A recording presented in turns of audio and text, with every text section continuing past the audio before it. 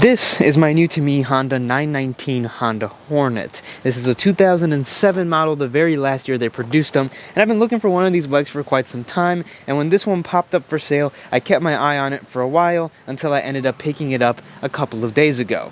I've been looking for a Kawasaki ZRX for a little bit, and the Honda 919 in the early 2000s was the direct competitor to the ZRX 1200. Now, of course, I own a lot of Hondas. This is a Honda that I wanted to experience, so I eventually found the right one, which was this one right here. Now, this is a later model. The later models had a couple of things going for them. Of course, Honda had been making them for about 4 or 5 years at that point, and they had slight upgrades to the years. In 04-05, they upgraded to adjustable suspension in the front, and the big thing was they upgraded the paints quite a bit. In the early years, the black paint actually flaked quite a bit, and I'm happy I got a red one because I think this bike looks fantastic in red and has a very deep and bright red, and I absolutely love it. I bought this bike here off the original owner. It has 17,000 miles on it. It is a 919cc inline 4 water-cooled motor. It makes about 105 horsepower. Unlike the Kawasaki ZRX, the 919 is actually fuel injected, which is a positive because it makes a little bit of a better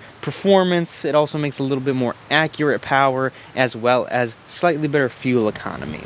Carburetors have their benefits, and sometimes, especially in the early days of fuel injection, carburetors had more top end, but a bike like this, fuel injection is awesome. And well, I have a lot of carburetor bikes, so switching it up for another fuel injected bike in the collection, I will not complain. I've rode this bike a little bit now, but I think more importantly, this bike shines on the road. So let's fire it up, hear this engine run, and then go take it for a little ride. Electric start only.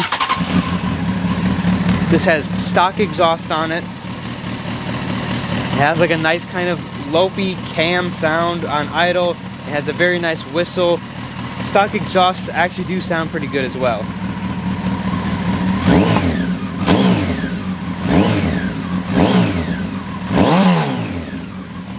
And that's just 4,000 RPM. So while we let the bike warm up here for a second, let's talk about some first impressions. I've already put around 200 or so miles on this bike, and a majority of those miles were put on in 2 days. One of those days was yesterday when I took the bike out for, let's see, 101 miles, a little ride with some of my buddies. And then the other time was the very first day I bought the motorcycle. I bought the bike from about 100 miles away or so, and I rode it home. While cruising, the bike is very comfortable. The handlebar positioning is very, very easy to approach, but also the fact that the handlebar is very skinny. Your hands are very close and tight together. And when you get on the bike, you notice how small the handlebar is. It's very narrow. Now, necessarily that doesn't make it a bad thing, or it's not necessarily a good thing. I kind of like it. It makes the bike feel a little bit smaller than it is. The bike does weigh, you know, over 400 pounds.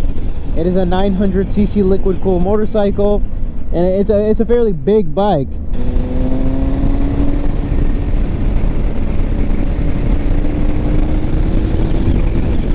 The bike handles phenomenal though. It's very, very simple and easy to put around corners. The bike does not get away from you. It is powerful. It does make over 100 horsepower. It makes somewhere around 105 to 110 horsepower. So it's got some good get up to it, but it's definitely not uncontrollable. And I could definitely see myself, you know, getting on this bike as a first-time rider and not having too much trouble. Now, some first-time riders, of course, will have trouble. I'm talking just about myself and about how I started. I started on the Buell, and this bike is way easier to ride than that bike. With that being said, it does have a very nice power band, and it is pretty fast.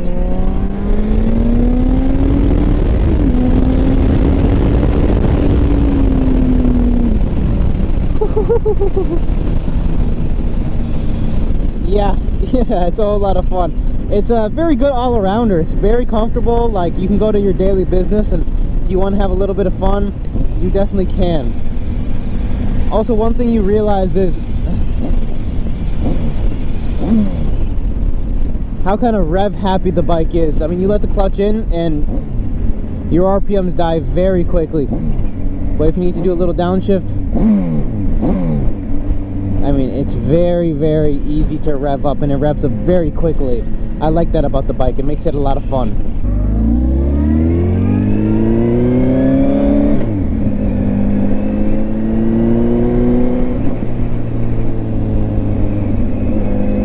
Stock exhaust sounds pretty good. I would love to hear it with a proper exhaust system, but from the factory,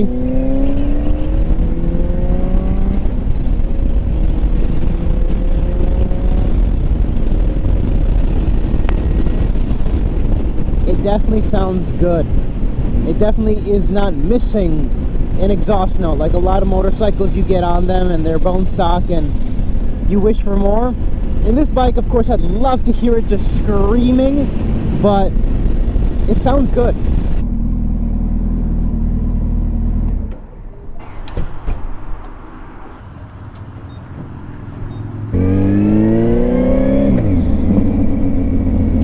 .46.5 miles to the gallon. Not bad. Easily this bike will get close to 50 miles to the gallon, which, I mean, basically a Prius.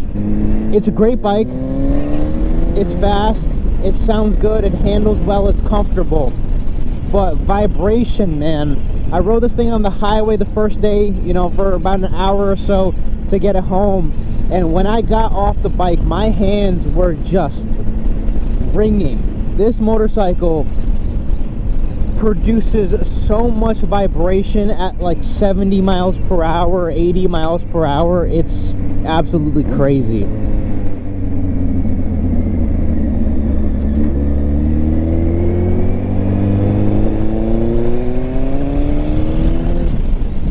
It's still one of those raw motorcycles, you know, no ABS, traction controls, nothing like that. But I don't know what Honda did, but it's a complaint that even journalists brand new had on this bike in 2002. And this is an 07, the very last year that they made them. And that problem still is relevant in this bike. I mean, when you're going fast, you can feel, like if you put your leg against the tank, you can feel it vibrating way more than a normal motorcycle should. My 76 CB750 vibrates less than this bike does.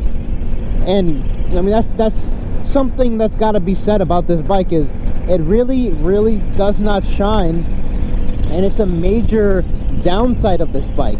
Now, I don't know if you could fix it with new engine mounting, rubber mounting the handlebar, rubber mounting the tank, the engine. I don't know if that's something that's fixable. As far as this particular 919 goes, like I said, I bought it from the original owner. He just got a little too old and actually ended up passing away, unfortunately. But his wife did not want the bike anymore. His wife actually was forcing him to sell the motorcycle for about 3 years before he passed. And this bike has been sitting a little bit, which is why it's a little dusty and dirty. And it has a little bit of grime in some places, like the exhaust headers. And overall, I mean, it's a solid like 6.5. With a little bit of cleaning, it can be brought up to 7.5 and 8. It's a really solid overall motorcycle, but like I said, unfortunately, it did sit for a few years, and he would only ride it for like 20 or 30 miles because his wife didn't want him to have the bike. He had it listed for sale, but anytime someone actually wanted to come look at it, he would just put it away. The bike has been kept in really nice condition, but the last couple years you can definitely tell that it hasn't had the most amount of attention paid to it. The bike was for sale for a little bit. I'd been watching it for a few months, and the guy literally half the price. And when I saw that, I was like, okay, that's the price where I'm game. So I went to go check it out, and it was a really clean bike, so I ended up picking it up. The 919 is also known as the CB900 across the pond. I don't really have too many particular plans with this bike. Ride it, enjoy it, and do some maintenance on it. And I think that's going to be about it. I'm not sure how long I'm going to keep it or if I'm going to sell it. I have all of that up in the air. Some bikes I buy knowing that I'm going to keep them forever. Some bikes I know I'm going to buy them and end up selling them in a few years, a few months, whatever it is. With this bike, it could go either way. I could sell it in a few years, I could keep it forever, or I could end up selling it in the springtime. I'm not particularly too sure yet. What I do know is it does need some maintenance, and in the next video we're going to be addressing some things to this bike, because I really don't know what's been done to the bike over the course of its life, other than it's supposed to have regular maintenance done to it. And that's all I have for the video. I just wanted to share the new bike I picked up, my thoughts a little bit about it so far. More videos definitely coming on the bike, more review style videos coming on it, exactly what you need to know before buying it, my thoughts on it, all of those different things. If you guys did enjoy this video, do me a huge favor, leave a like and subscribe to the channel as always, and I will see you guys in the next video.